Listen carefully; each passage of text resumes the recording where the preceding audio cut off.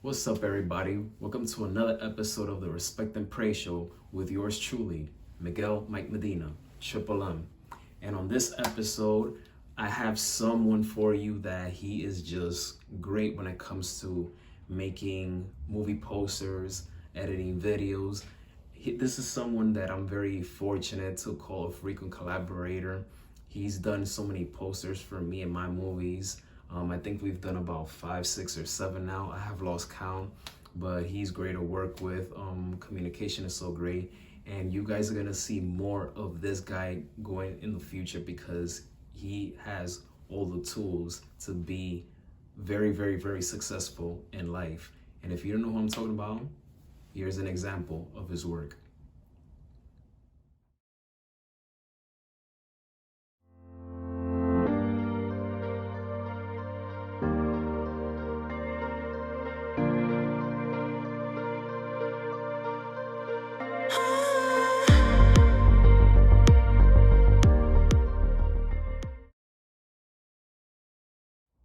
Ladies and gentlemen, it's a great honor to present to you this talented graphic designer, Geordano Abreu. Gio, thank you for joining me today. How's it going, Mike? I'm doing well. Thanks for having me on. So my first question to you is, when did you become a graphic designer and when did you know that you were really good at this? So I never really considered myself a graphic designer until I actually started pursuing it specifically when I went to college. But before that, I had experience using Photoshop back in high school. And that's really when I got started and got familiar with it. Back then I was just, using it just for fun, taking pictures of myself and doing photo manipulations and posting it up on Facebook and stuff like that for likes and whatever. But I didn't realize that I was good at it until one time I posted up a picture of me looking like an avatar, like, the ones in the movies, the blue people. So it wasn't until I posted up a picture of me looking like an avatar is when I started to realize that I was good because people started to direct message me afterwards, like saying, "Oh, can you turn my profile picture into an avatar?" So that's when I was like, "Oh, maybe I could start charging people and stuff like that." So that's when, I really started to figure out like, maybe this is something that I could pursue. And all throughout high school really served as a good outlet for me to, get better and for me to continue, expressing my creativity because there was a performing arts program in my high school. And it was like talent shows and stuff like that. We would put a production that was, completely student run. So I joined the performing arts program and I would do more than just like graphic design and stuff like that. I was more like a lighting person messing around with lights during the shows. But there was an opportunity when you were presenting different groups and stuff like that, different dance groups, to have a graphic on the side. And it was one time that I actually saw one of the demos for these shows is when I actually wanted to join, specifically just to do those graphics and stuff like that. So that really was the catalyst for me to join the performing arts program. And eventually I started to do that for every single show, doing the graphics. And towards the end of senior year, I knew for sure that I wanted to do this. And that's when I started to consider myself a graphic designer. So by the time I went to college and started to pursue a degree in communication design is when I officially consider myself a graphic designer. What is the best work that you've done in your career so far? So the best work that I've done so far, I like to think of this question as the work that I've probably been approached for the most, which is essentially poster making. So making posters for events, movie posters, which you yourself, I've done plenty for. Um, those have been the ones that I've been approached for the most in terms of my clients and stuff like that. So I think I mean, I could have an entire portfolio of just posters alone, probably of yours particularly. I can't even count how many I've done so far for you. But I think that's probably some of my best work that I have so far in my career. Toughest project you've ever worked on? So by far the toughest project I ever had was probably for this nonprofit organization that works within my former high school. Um, this is actually the program that helps facilitate the performing arts program that I attended when I was there. So, what this organization does is that it helps students within the high school get into four-year colleges and pursue a career and have this support and foundation to actually achieve this and stuff like that. So, what they do annually is do this a fundraiser and in a gala. So this like this dinner, and they have performances and stuff like that. So during COVID, since usually these events would be live, what they were hoping to do to continue the annual gala is to do it virtually instead. So what they wanted to do is produce a video. And since me graduating college, I've since dabbled beyond Photoshop and working on still images and logos and stuff like that, and started doing video editing as well. So I myself, having worked with them in the past, making event posters and things like that, and invitations, um, I decided to take on this new task of video editing. So it was a grueling process. This was back in 2020. So we did one virtual gala, and I'm very proud of it. Um, probably took like 6 months to do. Um, it was a very long process because I wasn't doing any of the recording because they had to do recording and send me all the recordings and stuff like that. And there was a director involved with the production of this video and stuff like that. So I worked closely with the director to have this entire thing laid out. And basically, it was just up to me to just put this entire thing together myself with all the materials and stuff like that. And it was the first time that I really got into video editing. And yeah, that was probably the toughest thing I ever had to do. That was, well, I've done two of them already. So the first one was back in 2020. 2021, since I already had prior experience doing the first one. The second one still took just as long, but I think the production value after having one go around at it last year uh, definitely turned out even better. And yeah, I'm very proud of that. And yeah, it was tough work for sure. And there were times where I felt like I wasn't going to finish at all. But looking back at it and looking back at the video and stuff like that, I mean, I'm glad I stuck to it, and it was all for the better. You've also edited some projects for your former high school, Randolph.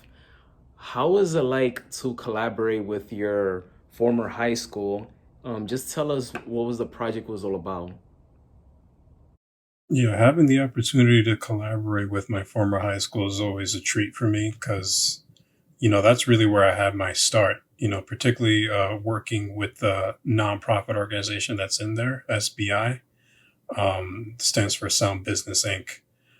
They're the ones who facilitate the performing arts program in there, and they're the ones who pretty much gave me the outlet uh, to be creative and stuff like that, and really do something in graphic design.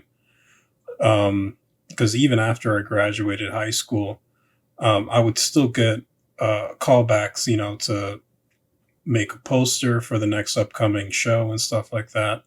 But back then I was volunteering. It wasn't at a professional capacity, but it wasn't until uh, things became more consistent. They started to approach me more for work, and not just poster work, but for invitations and little bit more complex, having to deal with printing and stuff like that. So once things became a little bit more concrete and consistent is when we started to work at a professional capacity. And I've always been eternally grateful for them for giving me the chance way back when I was a student, and even more so now in a professional capacity now that I'm a freelancer and doing this as a career.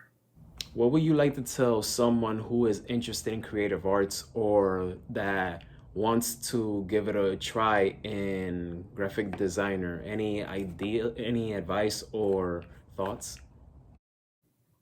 So, my advice for anybody pursuing a graphic design or just the creative arts in general is don't wait, to like if you're young, don't wait till you graduate high school and apply to college to start.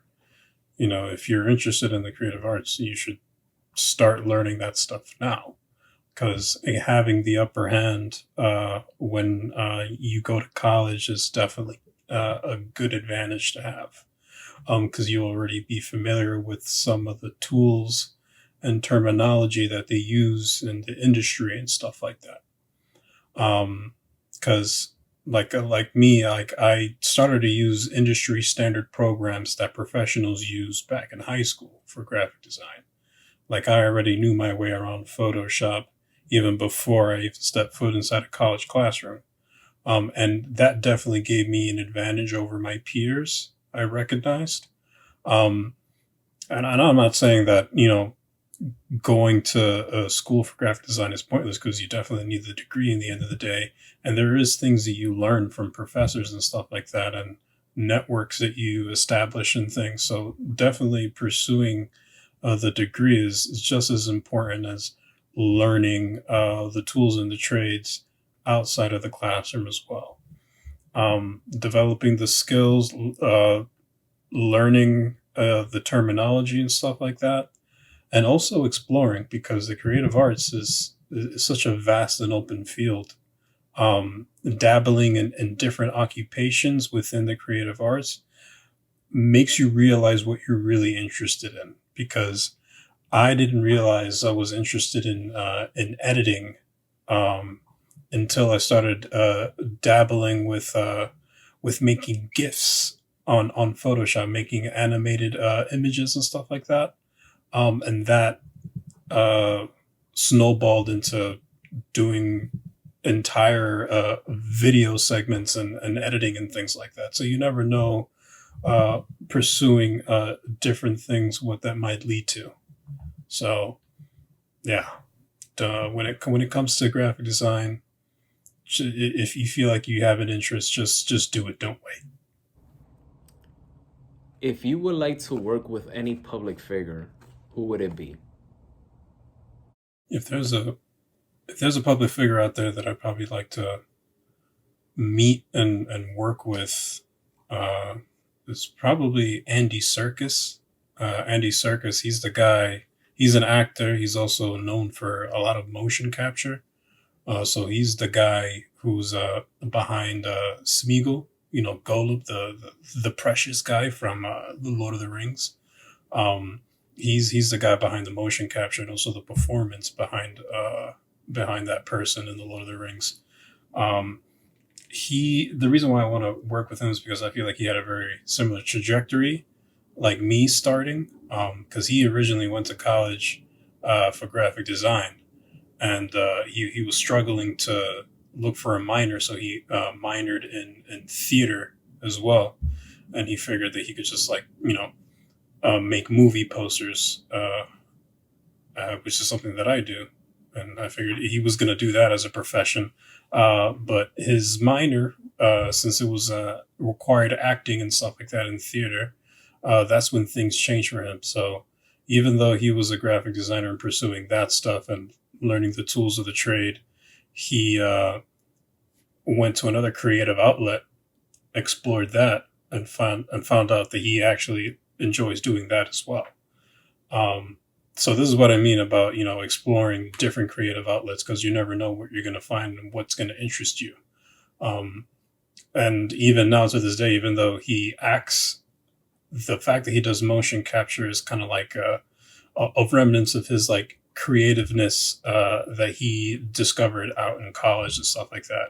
And even more so now, because he not only did he start off pursuing graphic design, ended up becoming an actor, started doing motion capture, now has his own motion capture company. Um, Now he's pursuing directing. The movie that he directed most recently was Venom 2. Um, Granted, it's not the best film in the world, but in terms of like CGI, the computer graphics, animation, and stuff like that, like that's something that's in his wheelhouse because of the motion capture that he does and stuff like that. And motion capture and 3D and visual effects is also something that I'm interested in, that I haven't really dabbled in all that much, but it's definitely something that I like to dive into as a new outlet in my creativity. So, and Andy Serkis is definitely someone I'd like to pick someone's brain about, you know. Gio, thank you so much for being part of this show. I am so happy for you. It's a great honor to, and I even feel lucky to a degree that I was able to work on so many projects with you. You know, we're an incredible director, graphic designer duo. And shout out to Alex Polanco because I found out through him about your work because I know he's done posters and things like that. You've done posters and things like that for him. So shout out to him. And, I'm just so amazed to see more of your work, the incredible work that you're putting out. So I salute you, my guy, and much respect to you always. I appreciate you having me on, Mike. It was a pleasure. Well, that does it for this episode of the Respect and Pray Show. And always remember, have mutual respect, mutual love, and mutual admiration. So until next time.